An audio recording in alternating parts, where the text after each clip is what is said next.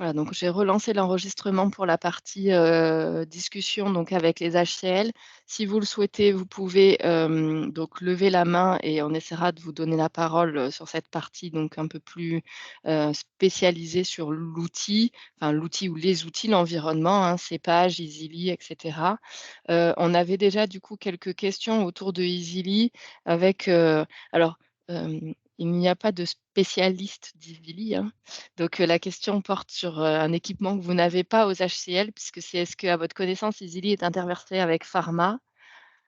J'en ai absolument aucune idée. Voilà. Je suis désolée.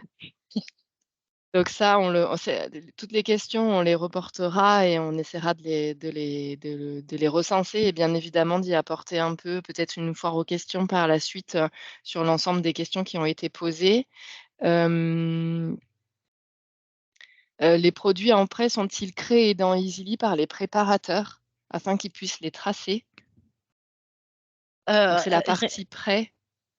rien n'est créé, tout vient de notre c'est, ce que j'expliquais, tout vient de notre référentiel qui est intégré dans notre logiciel de GEF.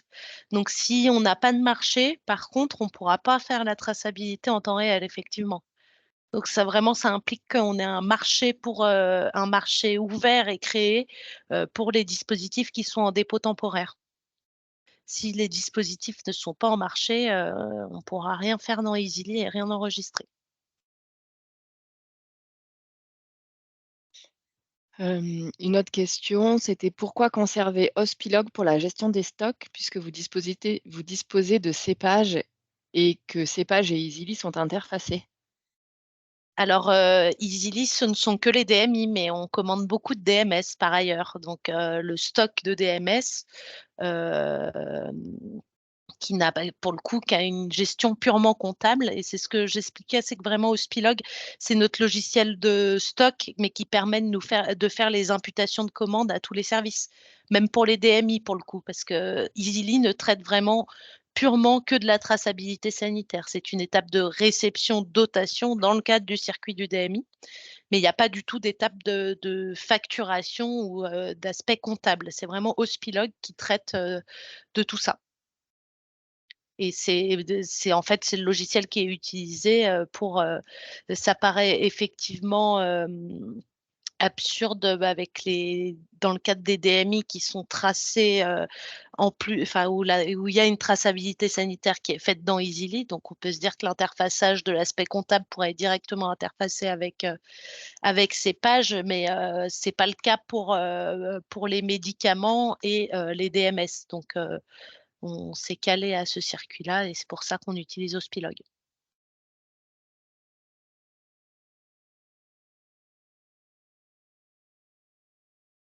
Donc il y avait pas mal de questions sur les prêts. Les prêts, la gestion des prêts avec les préparateurs, mais ça c'est bon, on y a répondu. Enfin, si tu peux en dire plus sur les bonjour Easily, les commandes via Easily sont transmises dans ces pages et ensuite aux fournisseurs via Hospitalis. Les numéros de lot des DMI posés gérés en dépôt sont de ce fait bien transmis aux fournisseurs via les commandes? Point d'interrogation. Tout à fait.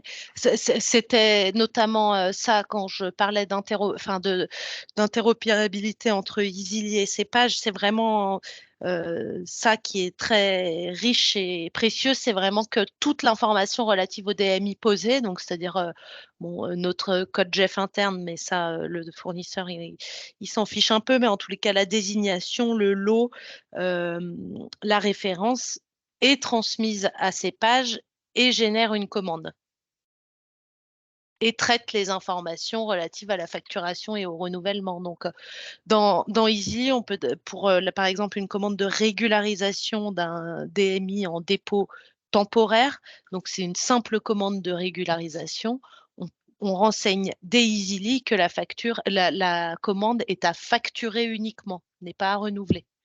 Donc, vraiment, en fait, les informations relatives à la commande et à la gestion de cette commande pour le fournisseur sont, implémentées dans Easily. Et ensuite, effectivement, les informations relatives au lot sont transmises dans ces pages. Et auparavant, quand on n'avait pas ces pages, c'était un transfert manuel, un copier-coller de toutes les références de tous les lots qui étaient faites dans le logiciel de commande et qui étaient source d'erreurs importantes liées au copier-coller, alors que là, maintenant, ça bascule automatiquement. Lorsque vous douchez un DM au bloc, comment être, certain qu'Easily le rapporte bien à la bonne venue administrative? Alors, en fait, la traçabilité au bloc se fait dans un module, bloc. Hem, donc en fait, le bloc travaille sur un module bloc. Ils ont une feuille de salle de bloc dans laquelle ils renseignent, l'arrivée du patient en salle, le début de l'induction, le début de l'incision et cetera, et enfin toute la feuille de salle avec toutes les informations relatives à l'intervention, sont sur ce module, et dans ce module, il y a un onglet, traçabilité, où le bloc va pouvoir saisir, les DMI posés. Quelle était la question initiale? Pardon, Le lien, je en fait, c'était enfin, je la retransforme, le risque d'identitovigilance où on tracerait et après on devrait appareiller au bon patient.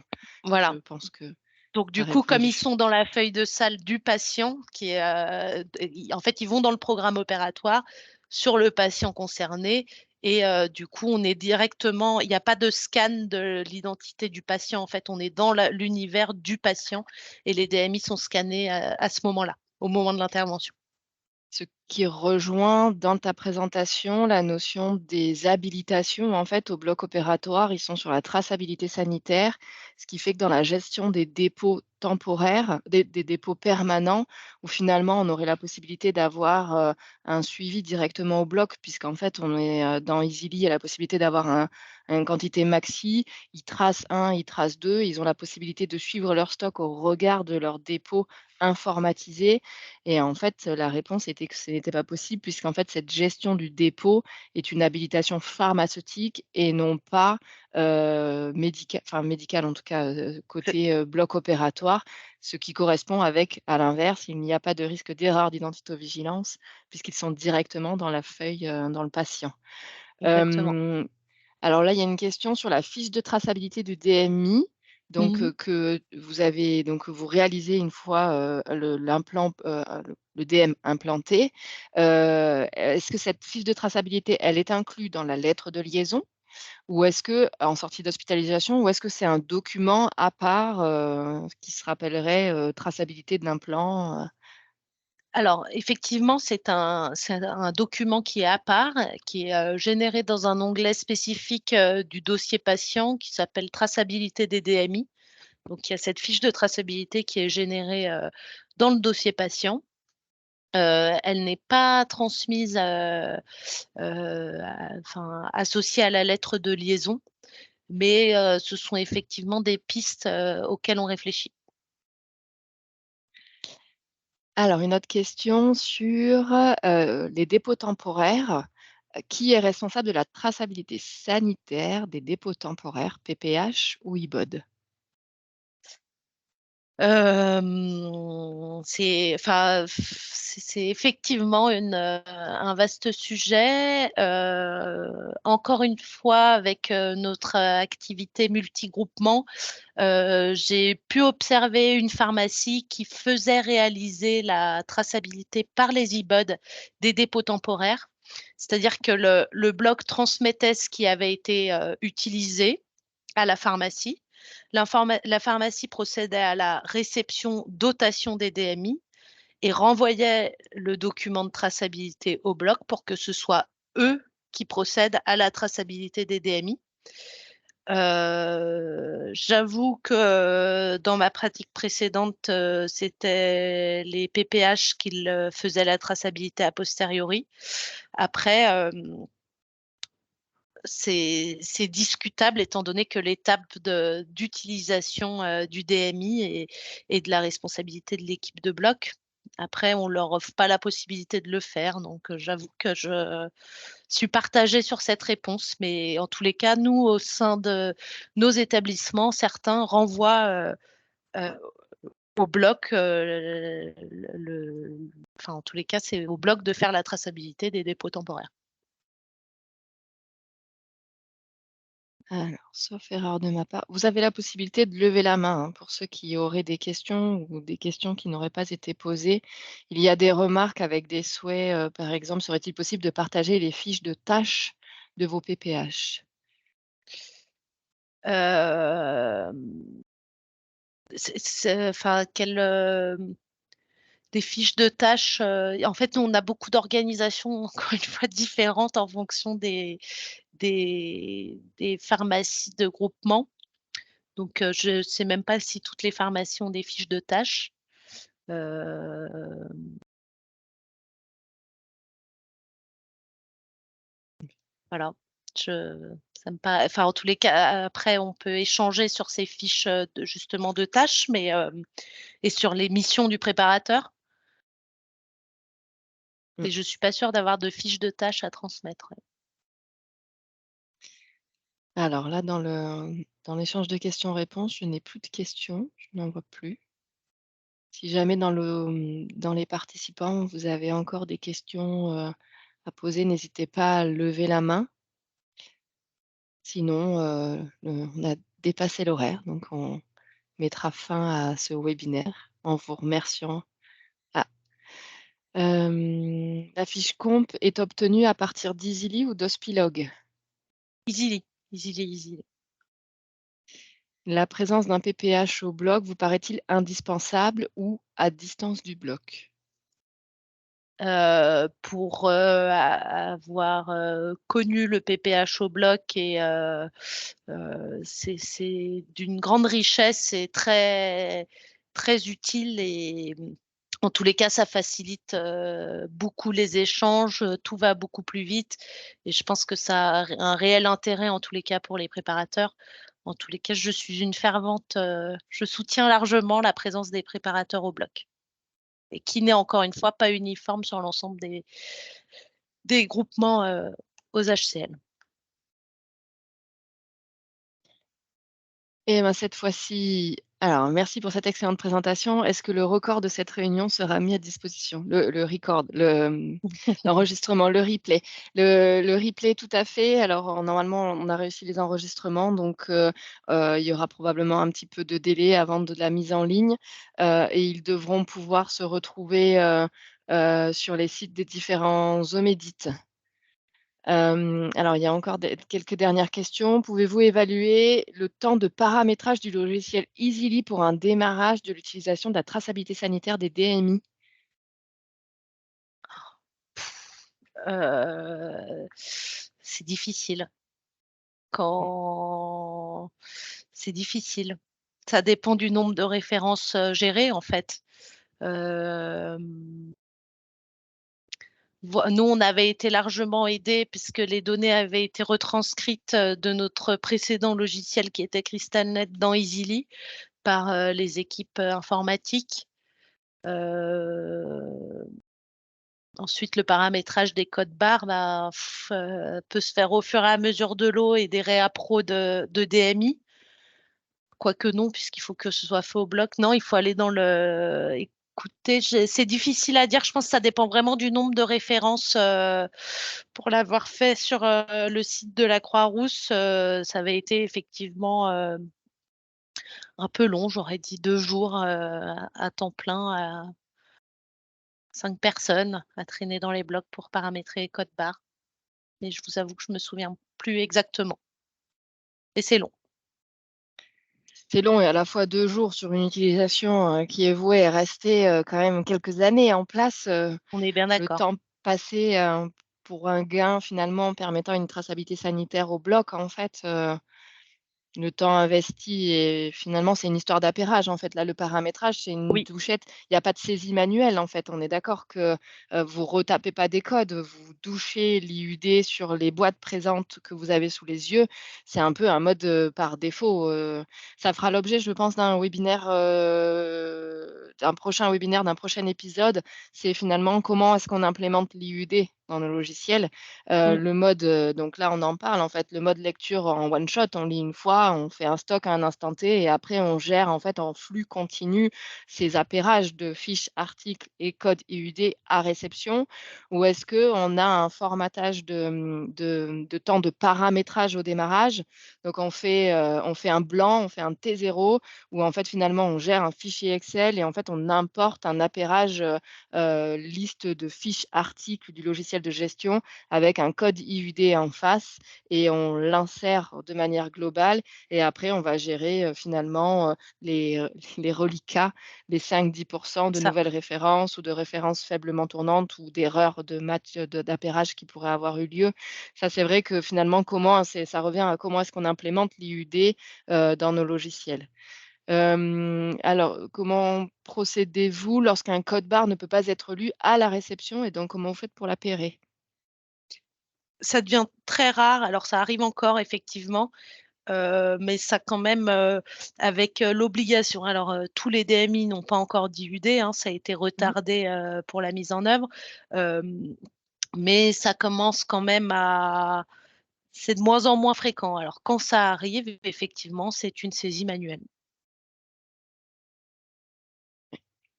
Y a-t-il des cas d'oubli de traçabilité au bloc? Leur gestion est-elle chronophage? Bah, de toute manière, les oublis de traçabilité au bloc, on les repère au moment des inventaires en général, et on encore une fois, c'est mon point de vue, mais moi j'estime que la pharmacie n'a pas à contrôler,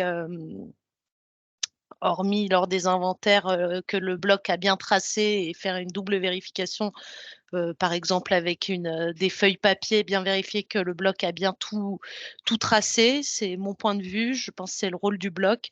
Donc, pour moi, les erreurs, les défauts de traçabilité sont, apparents au moment des inventaires et en tous les cas, encore une fois, c'est mon point de vue. On regarde si ça dans un premier temps, quand il y a des écarts d'inventaire, on regarde si ça peut pas être une erreur de la pharmacie, un oubli de ou une erreur de réception. Mais, si on ne trouve rien de notre côté, transmission, au cadre et au chef de service pour, essayer de retrouver de leur côté la traçabilité, hein. Avec Ou les le ch déploiement avec le mmh. déploiement de l'informatisation d'Easily, vous avez vu, une baisse de ces erreurs ou pas? Après avant Easily, on avait CrystalNet, hein, donc Vous on aviez le circuit des DMI est informatisé depuis un moment, enfin moi je l'ai toujours connu informatisé, que ce soit avec CrystalNet ou Easily. Donc je sais pas, je pourrais pas dire, l'important c'est de faire des inventaires, le plus régulièrement possible, mais malheureusement on sait que c'est très chronophage et long et qu'on n'a souvent pas le temps de faire ces inventaires plus souvent qu'une fois par an. Alors j'ai une question par écrit et je vais donner la parole à l'oral après. Il y a une question sur, un transfert de la base cépage est-elle possible? Alors je suppose un transfert de la base cépage dans Easily? C'est le cas en fait, hein. Notre référentiel EasyLit provient de ces pages. Donc c'est pour ça que c'est d'autant plus important que tout ce qui est renseigné dans ces pages manuellement, par la direction des achats. Dans l'idéal, je souhaiterais vraiment avoir une base de données externe qui soit interfacée et qui permette, de fiabiliser en tous les cas les données renseignées dans ces pages. Alors, vous pouvez ah non, vous pouvez poser votre question à l'oral? On y a répondu? Peut-être qu'on y a répondu. Allez, une dernière question et on mettra fin à ce webinaire. Envisagez-vous dans un avenir plus ou moins proche le système RFID? Mmh. Le système RFID, a été testé, au sein d'un service, de cardiologie interventionnelle, à l'hôpital de la Croix-Rousse, non pas pour les DMI, mais pour la gestion des DM. Donc l'idée, c'était vraiment d'avoir un renouvellement par RFID, donc avoir vraiment un stock, un état du stock de matériel DMS, pas DMI, en temps réel du service pour pouvoir faire le réappro en fonction des quotas nécessaires pour le fonctionnement du service qu'on avait défini en amont. Ce travail a montré toute la puissance de l'outil RFID, hein. C'est vraiment super de pouvoir avoir un inventaire total du service en 5 minutes, en douchant, en passant dans les couloirs avec une scannette. Voilà, c'est sûr que c'est très précieux. Après, ça a un coût. Je pense que le coût est très vite amorti, mais difficile à démocratiser dans tous les services. Mais en tous les cas, la RFID, le service de cardiologie interventionnelle était moteur, hein, dans ce projet. Il y avait le projet d'un déploiement d'une autre salle. Le choix a été fait pour les DMS, pas pour les DMI, parce qu'en fait, les DMI sont très bien gérés dans ce service. Il y a très peu de problèmes de traçabilité. Donc, on avait fait le choix plutôt des DMS. Voilà, moi je crois largement à la technologie RFID, donc je pense qu'elle serait excellente et très bien applicable au circuit du DMI, hein. Ça fiabilise, très clairement le circuit. Nous n'avons plus de questions et nous avons dépassé notre horaire, prévisionnel. Il ne me reste plus qu'à donc, remercier en premier lieu, Constance Bretagnol pour sa présentation et son exercice de réponse, à l'ensemble des questions posées et vous remercier, les participants pour vos questions et donc, comme, cela a déjà été demandé, un replay, sera, mis en ligne sur, le site des Omédites. Nous vous remercions et Merci au beaucoup. prochain épisode.